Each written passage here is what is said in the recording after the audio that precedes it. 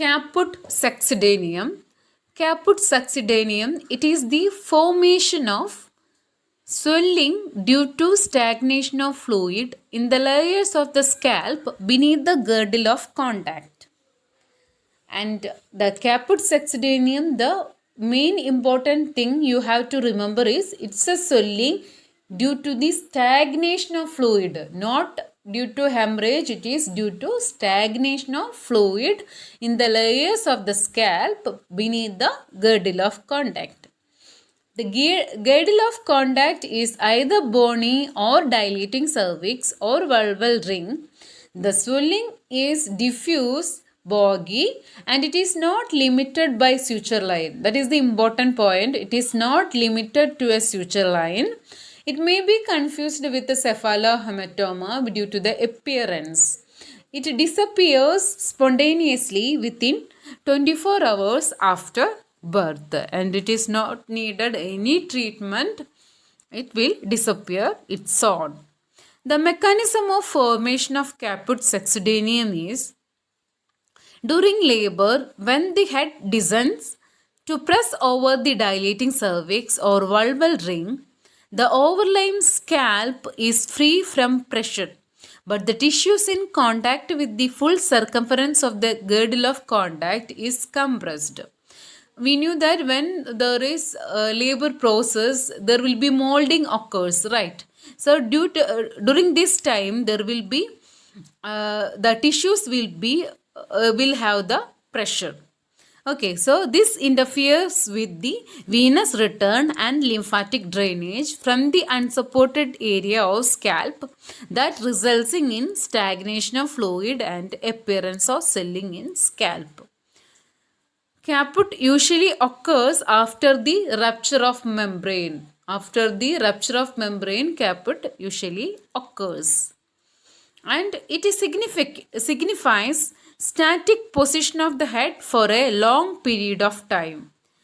Caput indicates that the position of head is static for a long period of time. And location of the caput gives an idea about the position of the head occupied in the pelvis and the degree of flexion is achieved. In left position, the caput is placed on right parietal bone, in the right position on left parietal bone.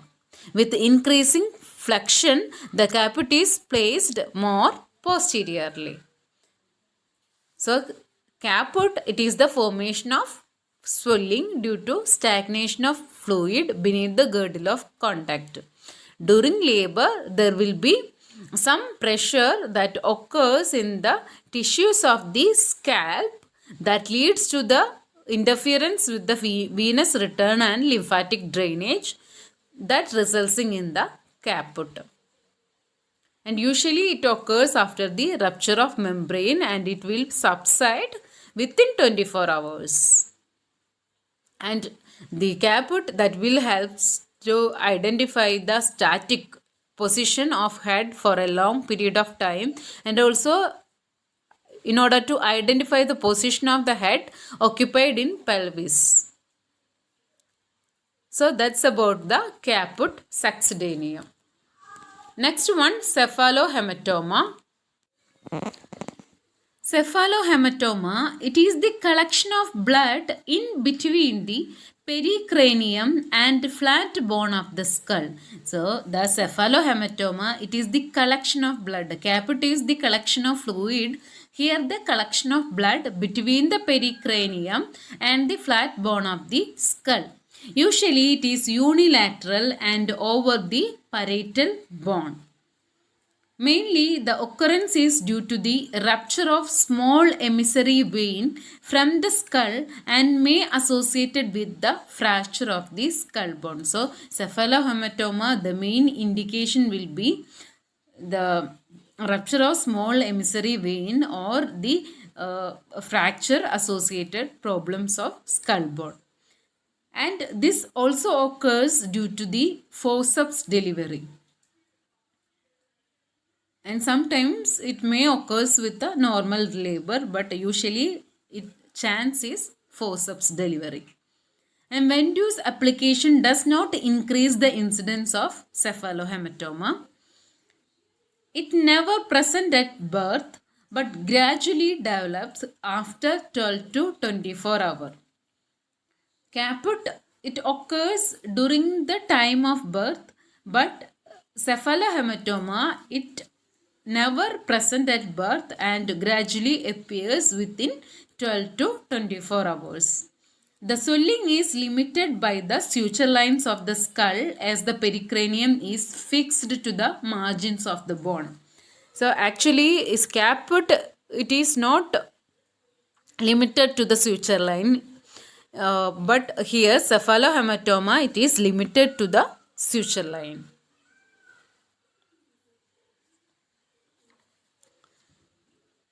And it is the appearance will be circumscribed, soft, fluctuant and incompressible is the appearance of the cephalohematoma.